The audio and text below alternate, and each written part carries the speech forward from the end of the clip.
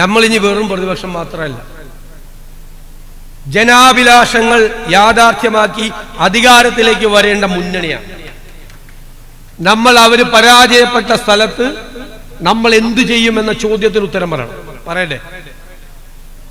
സമ്പദ് വ്യവസ്ഥ ഇവര് തകർത്ത് തരിപ്പണമാക്കി. ആ സമ്പദ് വ്യവസ്ഥയെ UDF കൈപിടിച്ചെഴുന്നേൽപ്പിച്ച് നടത്തും, സംശയം വേണ്ട. ഈ സമ്പദ് വ്യവസ്ഥ, അതിനെ നമ്മുടെ ഇക്കോണമിയെ ഷൂട്ടപ്പ് ചെയ്യാൻ വേണ്ടിയിട്ടുള്ള നിരവധിയായ പദ്ധതികൾ നമുക്കുണ്ട്. നമ്മളത് അവതരിപ്പിക്കും. കഴിഞ്ഞ 2 വർഷക്കാലമായി നമ്മൾ ഗവേഷണ തുല്യമായ കഠിനാധ്വാനത്തോടുകൂടി ഓരോ രംഗത്തും ചെയ്യേണ്ട കാര്യങ്ങൾ, മാനിഫെസ്റ്റോ ഒന്നല്ല, മാനിഫെസ്റ്റോയ്ക്ക് വേറെ, മാനിഫെസ്റ്റോയുടെ അപ്പുറം ഓരോ വിഷയത്തിലുണ്ട്. നമ്മൾ പറഞ്ഞു ആരോഗ്യ കേരളം വെന്റിലേറ്ററിലാണെന്ന്.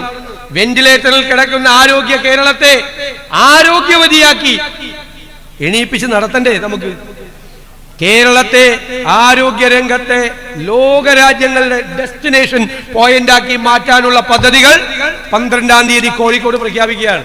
വെറുതെ അല്ല, ഹെൽത്ത് കമ്മീഷൻ ഉണ്ടാക്കി, ലോക പ്രശസ്തിയുള്ള ഡോക്ടർമാരുടെ സഹായം തേടി ഹെൽത്ത് കോൺക്ലേവ് നടത്തി, ഹെൽത്ത് ഡോക്യുമെന്റ് കോഴിക്കോട് പ്രഖ്യാപിക്കുക. ഞാൻ പറഞ്ഞല്ലോ, കുട്ടികൾ പോവുകയാണ് പുറത്തേക്ക്, പ്രോഗ്രാമുകളാണ് അവർക്ക് പഠിക്കാൻ, പ്രോഗ്രാമുകൾ തേടി പോവുകയാണ്. UK, ജർമ്മനി, ഓസ്ട്രേലിയ, കാനഡ, അവരവിടെ പോയി പഠിക്കുന്ന പ്രോഗ്രാമുകൾ UDF സർക്കാർ കേരളത്തിൽ ആരംഭിക്കും. പഠിച്ചു കഴിഞ്ഞ് പുറത്തു വരുമ്പോൾ അവർക്ക് തൊഴിലവസരങ്ങൾ ഉണ്ടാകുന്ന സമഗ്രമായ ഒരു തൊഴിൽ ദാന പദ്ധതി, അതും ഈ ജാഥ തിരുവനന്തപുരത്ത് എത്തുന്നതിന് മുമ്പ് പ്രഖ്യാപിക്കും. സമഗ്രമായ പദ്ധതി, കേരളത്തിൽ ഇന്നുവരെ പ്രഖ്യാപിക്കാത്ത ഇൻവെസ്റ്റ്മെന്റ് കൂടെ ഉള്ള സമഗ്രമായ ഒരു പദ്ധതി കൂടി നമ്മൾ പ്രഖ്യാപിക്കും. ഞാൻ എല്ലാം ഇവിടെ പറയുന്നില്ല.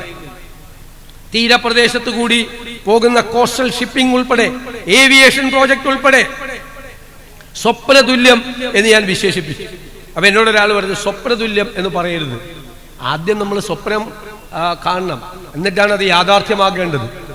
ആ കോസ്റ്റൽ ഷിപ്പിംഗ് ഉൾപ്പെടെ, ഏവിയേഷൻ പ്രോജക്ട് ഉൾപ്പെടെയുള്ള നിരവധിയായിട്ടുള്ള പദ്ധതികൾ കേരളത്തിന്റെ ചരിത്രത്തിൽ അധികാരത്തിൽ എത്തുന്നതിന് മുമ്പ് ഒരു പ്രതിപക്ഷവും ചെയ്യാത്ത ഹോംവർക്ക് ചെയ്ത് നമ്മൾ തയ്യാറാക്കുന്ന പദ്ധതികൾ, അത് കേരളത്തിന്റെ സമ്പദ് വ്യവസ്ഥയെ മുകളിലേക്ക് ഉയർത്തും, കേരളത്തിന്റെ ഭരണ സംവിധാനം മാറ്റിമറിക്കും, കേരളത്തിലെ ഏറ്റവും മികച്ച എഫിഷ്യന്റ് സെക്രട്ടേറിയറ്റ് ആക്കി കേരളത്തിലെ സെക്രട്ടേറിയറ്റിനെ മാറ്റും.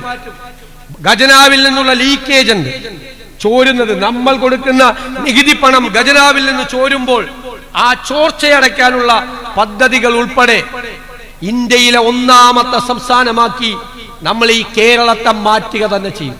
അതുകൊണ്ടാണ് ഈ ദുർഭരണത്തിന്റെ അവസാനം കുറിക്കുകയും ഒരു പുതുയുഗത്തിന് ആരംഭം കുറിക്കുകയും ചെയ്യുകയാണ്.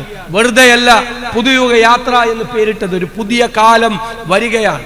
നമുക്ക് വേണ്ടി മാത്രമല്ല, നമ്മുടെ മക്കൾക്കും കൊച്ചുമക്കൾക്കും വരാനിരിക്കുന്ന തലമുറകൾക്ക് വേണ്ടി കൂടിയായിരിക്കും UDF സർക്കാർ പ്രവർത്തിക്കുന്നത് എന്ന് ഞാൻ നിങ്ങൾക്ക് വാക്ക് നൽകുകയാണ്. ഇവിടെ വർഗീയതയാണ്, സംഘപരിവാർ വർഗീയത എല്ലാവർക്കും അറിയാം.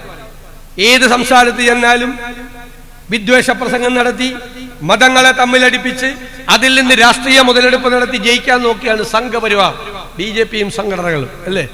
ആർക്കും അത്ഭുതമില്ല, അതാണ് പണി, വേറെ ഒരു പണി അറിയില്ല.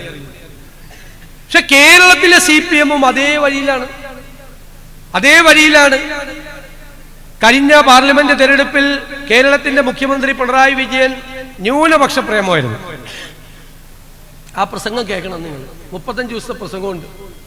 ഗാസയിലെ കുഞ്ഞുങ്ങളെ കുറിച്ച്, പാലസ്തീനിലെ യുദ്ധത്തെക്കുറിച്ച്, പൗരത്വ രജിസ്റ്ററിനെ കുറിച്ച്, ന്യൂനപക്ഷങ്ങളുടെ സങ്കടങ്ങളെ കുറിച്ച്.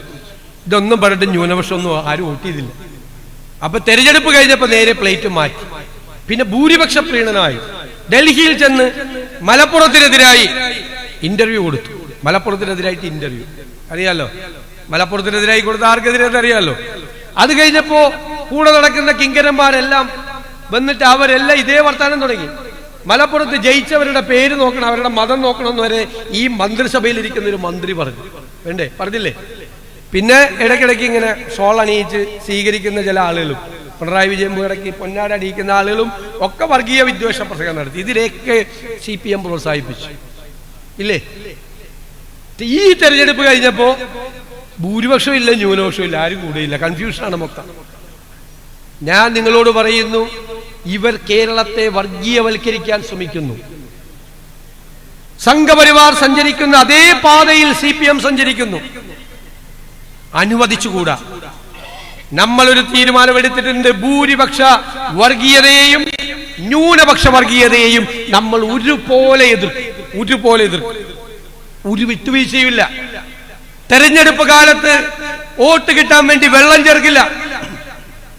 തെരഞ്ഞെടുപ്പിന്റെ പാരമ്യത്തിൽ നിന്നാലും ആര് വർഗീയത പറഞ്ഞാലും UDF അതിനെ ചോദ്യം ചെയ്യുക തന്നെ ചെയ്യും. നട്ടെല്ല് നിവർത്തി നിന്ന് ചോദ്യം ചെയ്യും.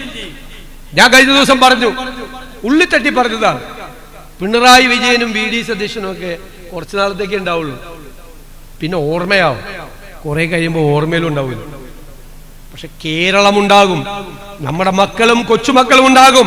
അവര് ജീവിക്കുന്ന ഈ കേരളത്തിൽ തമ്മിലടിച്ച് ജാതിയുടെ മതത്തിന്റെ പേരിൽ തമ്മിലടിച്ച് അവർ ജീവിക്കുന്ന ഒരു സാഹചര്യം നമ്മുടെ കേരളത്തിൽ ഉണ്ടാകാൻ UDF അനുവദിക്കില്ല. വിട്ടുവീഴ്ചയില്ലാത്ത നിലപാടാണ്. അതാണ് UDFന്റെ നിലപാട്. അതുമായി നമ്മൾ മുന്നോട്ട് പോവുക തന്നെ ചെയ്യും. ഞാൻ കരുതുന്നത് മതേതര കേരളം ഇരുകൈകളും നീട്ടി ഈ നിലപാടിനെ ഹൃദയത്തിലേക്ക് സ്വീകരിക്കും. ഒരു സംശയം വേണ്ട.